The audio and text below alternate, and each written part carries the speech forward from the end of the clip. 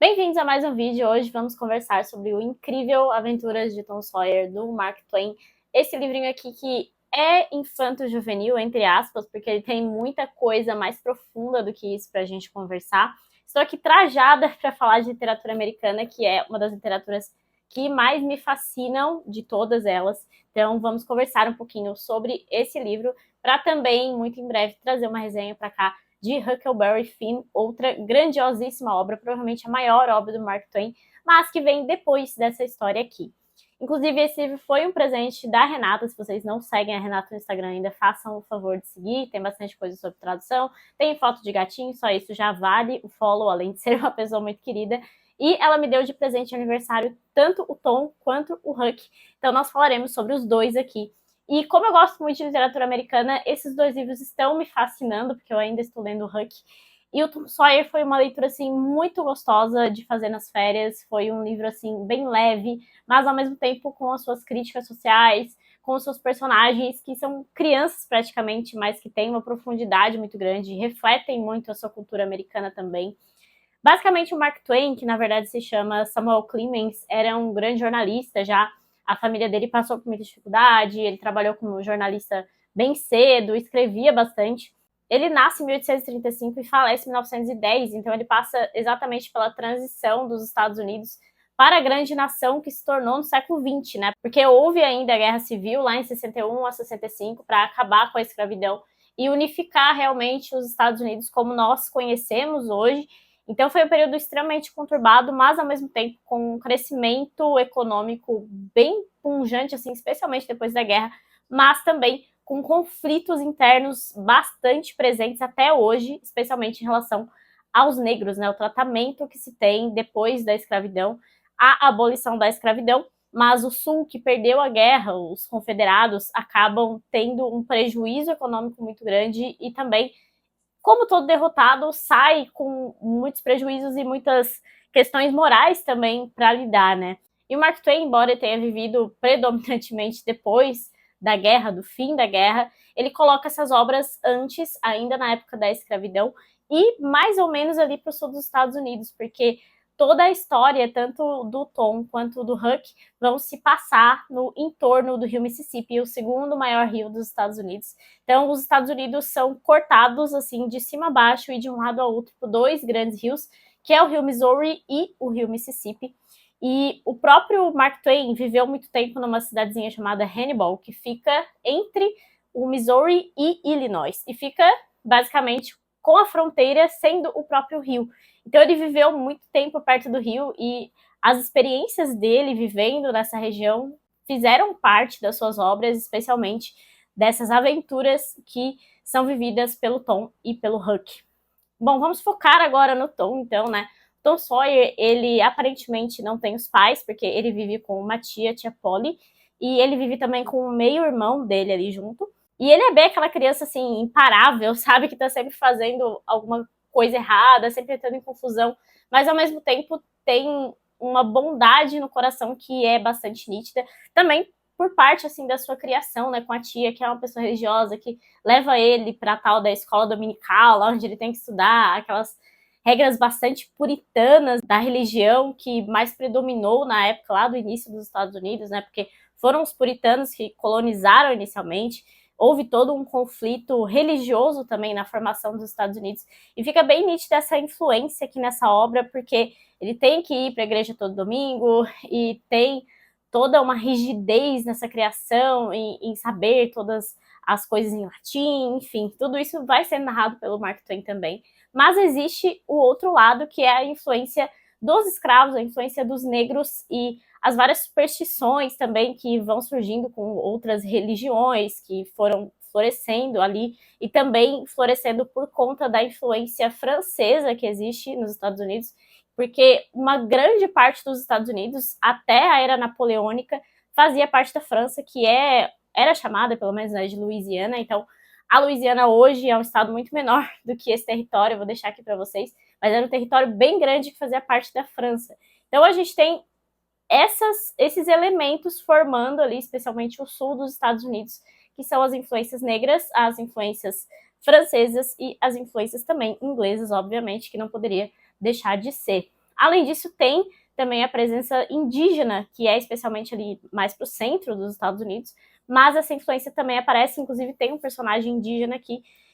E é importante pontuar desde o início que os livros do Mark Twain hoje estão numa grande polêmica em relação a racismo, a apresentar o negro, o índio de uma forma extremamente estereotipada, mas é sempre importante lembrar para a gente não fazer anacronismo nesse tipo de obra, né? É uma obra do século XIX e é uma obra que se passa antes da guerra que acabou com a escravidão.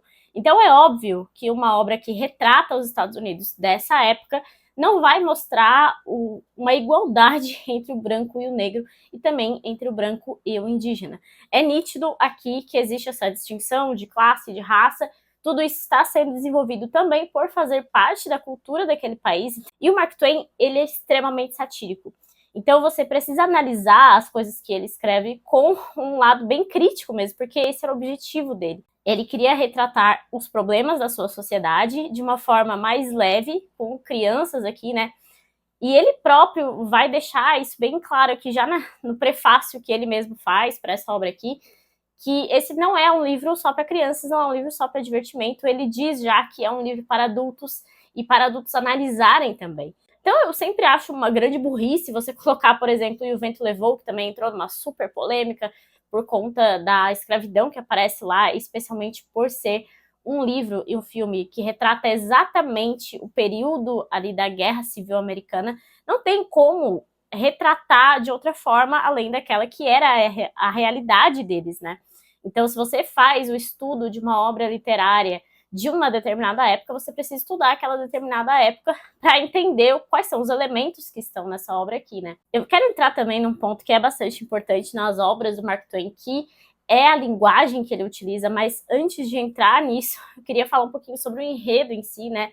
E o enredo é bastante simples, você vai acompanhar de fato as aventuras, as traquinagens aqui do Tom Sawyer. No começo, ele vai assistir a um assassinato, porque ele vai parar com o Huck, inclusive, num cemitério meia-noite, porque eles vão fazer uma determinada superstição ali, que o escravo falou para eles que daria certo, e o índio falou também, enfim, é sempre uma coisa assim, sabe? Eles estão sempre testando as várias culturas que influenciaram os Estados Unidos, e aí, tendo esse olhar mais apurado em relação à cultura americana, você consegue visualizar esses elementos, né? Mas é claro que o próprio enredo já se sustenta, é uma leitura super divertida, e você nunca precisa fazer uma super análise de um livro para gostar dele. E, bom, ele vai assistir a um crime acontecendo, depois ele vai precisar decidir se ele vai prestar ou não seu depoimento para salvar ou não uma pessoa que está sendo acusada injustamente. Ele vai se apaixonar também por uma menina nova que aparece na cidade, eles vão se perder aí numa caverna e vão precisar ficar um tempo ali, quase que num momento de sobrevivência, assim. Ele vai acabar fugindo com alguns amigos para uma ilha que tem ali no meio do rio Mississippi. E o rio Mississippi é imenso, então é bem verossímil mesmo essa questão de ter uma pequena ilha ali. Eles fogem e ficam um tempo vivendo como selvagens, assim, eles fazem uns dramas, assim, que são muito engraçados, porque é bem uma coisa de criança, assim, de pré-adolescente, sabe? Aquela criança que acha que tá todo mundo contra ela e tá obrigando ela a estudar, e, enfim. Então tem esses rompantes, assim, deles, de rebeldia, que são bem característicos, assim, daquele pré-adolescente que tá começando a tentar se impor. Isso também é muito legal de acompanhar aqui esse crescimento desses dois personagens, principalmente, mas nesse caso de Tom Sawyer, né, que é o nosso personagem principal. Ele também faz busca ao tesouro, enfim, ele tá sempre buscando alguma aventura. E aqui na obra a gente já é realmente apresentado ao Huck, e o Huck é um dos grandes amigos aqui do Tom Sawyer. A história do Huck já é bastante triste aqui nesse livro, por isso até entrar na obra que é só dele foi um pouco mais penoso assim para mim, até por ser uma autobiografia do Huck ali.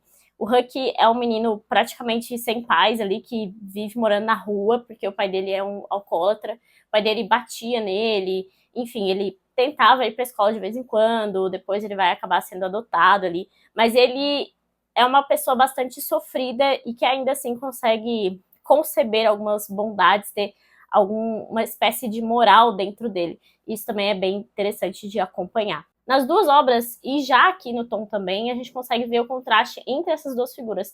Porque o Tom, ele tá sempre imaginando coisas e criando histórias, enfim, ele é muito mais fantasioso, e o Huck, até pela própria vivência dele, até pela criação dele, ele é muito mais realista. Então, às vezes, você vai ver o embate entre os dois aqui, que é justamente o Tom criando uma história e falando que, sei lá, tem piratas e que tem tesouro. E o Huck, assim, tá, mas onde é que você viu isso? Você tem alguma prova disso? O Mark Twain coloca mesmo essas duas personalidades em contraste. Mas agora voltando então para a linguagem dessa obra, essa obra sim tem uma linguagem coloquial muitas vezes, e eu admirei muito assim o trabalho desse tradutor aqui dessa obra, que é o José Roberto Ochia, eu acho que fala assim, mas enfim, esse tradutor ele conseguiu mesclar as diferentes linguagens, ele fala isso inclusive aqui num texto que coloca na própria edição. Essas duas edições da Zahara, inclusive, estão bastante caprichadas com as traduções dele, com as notas de rodapé, com as explicações, porque ele precisou mesclar 3 tipos diferentes de falas, que é justamente a fala mais do sulista aqui, né, da pessoa mais do interior, e a gente pensa, até hoje, a gente pensa mais no redneck, assim, que fala de um jeito mais do interior, e às vezes você vai ouvir alguém falando inglês do Texas, você não entende, porque é um inglês bem diferente, assim, do inglês das metrópoles, tipo Los Angeles, Nova York, enfim, que a gente está mais acostumado a ouvir. Então ele mesclou essa primeira forma de falar com a forma de falar dos negros, dos escravos, e isso também aparece lá no E o Vento Levou, inclusive, que eu tô sempre lembrando aqui, porque é um dos meus livros preferidos, né? Com a fala do indígena também. Então, o principal marco da literatura do Mark Twain foi colocar a linguagem coloquial, a linguagem realista dos Estados Unidos em suas obras. Ele foi o primeiro a fazer isso, e por isso que muitas pessoas, muitos escritores, muitos críticos vão colocar o Mark Twain como o pioneiro da literatura americana, e depois dele nada foi igual, porque ele foi o primeiro a realmente ser um escritor americano. Porque muitos outros que vieram antes dele, próprio Hawthorne, Melville, a gente está falando de 1850 por aí, são autores que escreviam numa linguagem culta, que até eles brincam que pode ser uma linguagem chamada de linguagem inglesa mesmo, né? Que é o inglês oriundo lá da Inglaterra que colonizou os Estados Unidos. Por isso que aqui a gente tem esse rompimento com a tradição, e para nós que estamos lendo uma tradução em português, é muito importante ter essa percepção para que a gente não se incomode tanto. Eu estou lendo o Huckleberry Finn mais lento justamente porque ele é uma autobiografia e a linguagem dele é toda coloquial. Então, deve ter sido, assim, um baita desafio para esse tradutor. Então, eu já o admiro muito por ter conseguido fazer esse trabalho dessa forma. Isso também é um motivo para você ler o Tom Sawyer primeiro, se você tem interesse, né, no Mark Twain, porque aqui você ainda tem a linguagem culta misturada com essas outras linguagens. Aí você consegue se acostumar melhor, assim, com essa diferença desse grande autor americano. Sobre essa questão da linguagem, inclusive o Otto Maria Karpov vai falar aqui nesse livrinho, que faz parte da história da literatura ocidental, vocês já estão acostumados a me ver falando sempre dessa coleção. Ele vai falar justamente sobre essa linguagem que o Mark Twain vai usar pela primeira vez. Mark Twain era o primeiro escritor americano que não quis obedecer às normas do inglês literário. A sua façanha linguística de empregar o slang, ou seja, essa forma coloquial de falar, né, em todos os gêneros da expressão escrita, foi de importância tão grande para toda a literatura americana posterior como a conquista da língua popular russa por Leskov. Assim como este descobriu os comerciantes meio asiáticos e sectários místicos nas cidades e aldeias da região do Volga, assim Mark Twain descobriu os ladrões e pícaros e os metodistas, batistas e adventistas das cidades e aldeias da região do Mississippi. Críticos modernos chegam a chamá-lo de Homero do Mississippi e Bardo da vida americana. De Mark Twain data a independência literária dos Estados Unidos, nesse sentido também se interpretam suas sátiras anti-europeias. São, porém, anti-sátiras contra a imitação de costumes aristocráticos europeus pelos novos ricos americanos.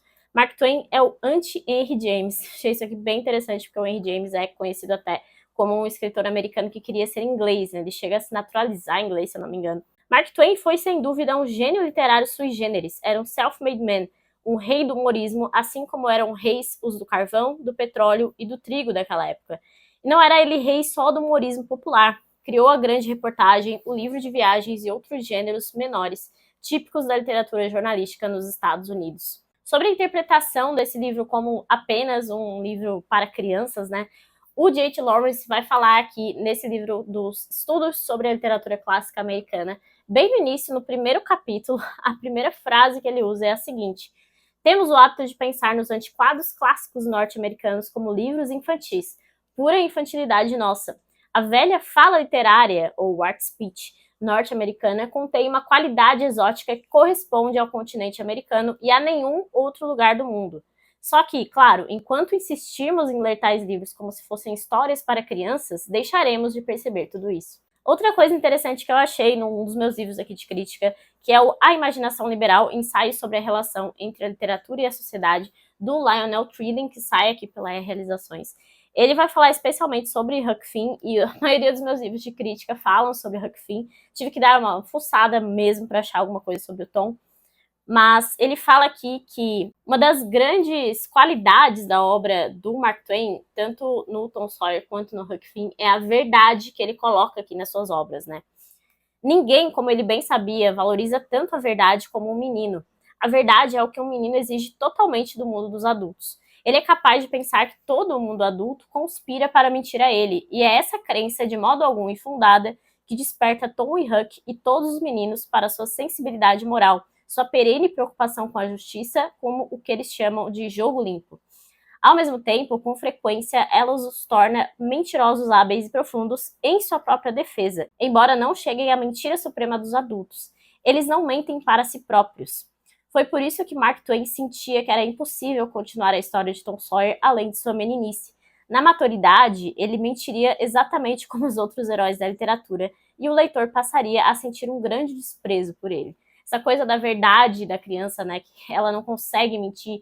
E tem até um momento bem memorável aqui do livro do Tom Sawyer, em que ele vai mentir que foi ele que rasgou o livro de um professor, porque ia sofrer uma super punição quando ele sabia que quem tinha feito isso era a menina que ele gostava. Então ele vai mentir em prol do outro e não em prol de si mesmo. De certo, um elemento da grandeza de Huck Finn e também da grandeza menor de Tom Sawyer é o fato de que faz sucesso, antes de mais nada, como livro juvenil. Pode-se lê-lo aos 10 anos de idade e, depois disso, a cada ano, e encontrar nele sempre uma frescura tão grande como a do ano anterior, e descobrir que a sua única mudança consiste em tornar-se sempre maior. Ler essas obras de Twain quando se é jovem é como plantar uma árvore na juventude. Cada ano que passa acrescenta-se a ele uma nova camada de significado. E assim, como acontece com as árvores, os livros dificilmente se tornam tediosos com o passar do tempo. Era assim, como podemos imaginar, que um menino ateniense crescia, com a Odisseia. São muito poucos os outros livros que podemos ler na juventude para amá-los por toda a vida.